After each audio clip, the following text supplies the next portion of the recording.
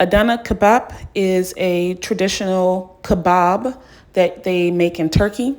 My recipe is not authentic, but I'm going to show you how I make a similar version. So start out using the ground meat of your choice and season it with whatever you want. I'm using some of the traditional seasonings that you will find in this recipe, which will be sumac, parsley, onions, etc. If you want to know exactly what I use, it's that plus the seasonings in the meatball video that was just before this. Go ahead and shape your kebab into a log. The longer ones are for myself and my husband. The short ones are for the children. To a cold skillet, add water and oil. And do not turn your skillet on until after you get all of the kebabs into the skillet, okay? And as you can see, as I'm transferring the kebabs into the skillet, I am also hand forming some of them because you want to keep that log shape going, okay? So when I do turn on the temperature, I want it to be at a medium to low setting.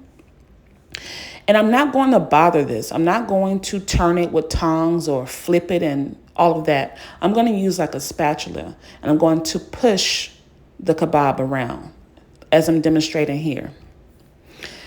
You see all that liquid that's forming? I'm going to use that liquid to create a sauce that we're going to pour over top of the kebab. That's why I said this is not traditional in any way to the true Turkish kebabs. So after I covered it and removed the lid, as you can see, more of that liquid build or formed. I'm going to use that liquid to do the next part. Half of the seasonings that I put into the kebab, I saved the other half for this part to build the sauce. So I'm going to dump that into the skillet. Then I'm going to add my pickled vegetables. I'm not going to add the vinegar. I'm just going to pull them out of that vinegar. And the pickling that I use is just simple: vinegar, thyme, salt, pepper. So I added that to the sauce base.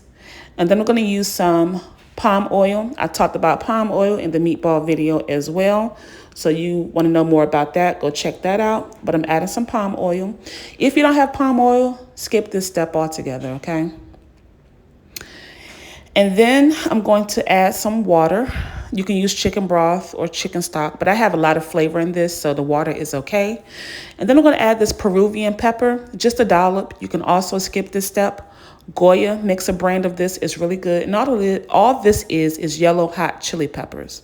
Then I'm going to go ahead and make my salad, which is spinach, romaine lettuce, and a little bit of parsley.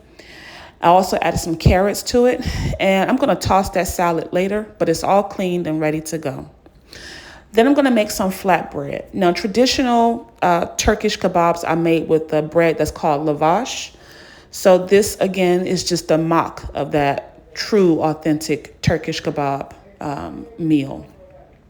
So as you can see, I'm just pouring over some of that sauce onto the kebabs.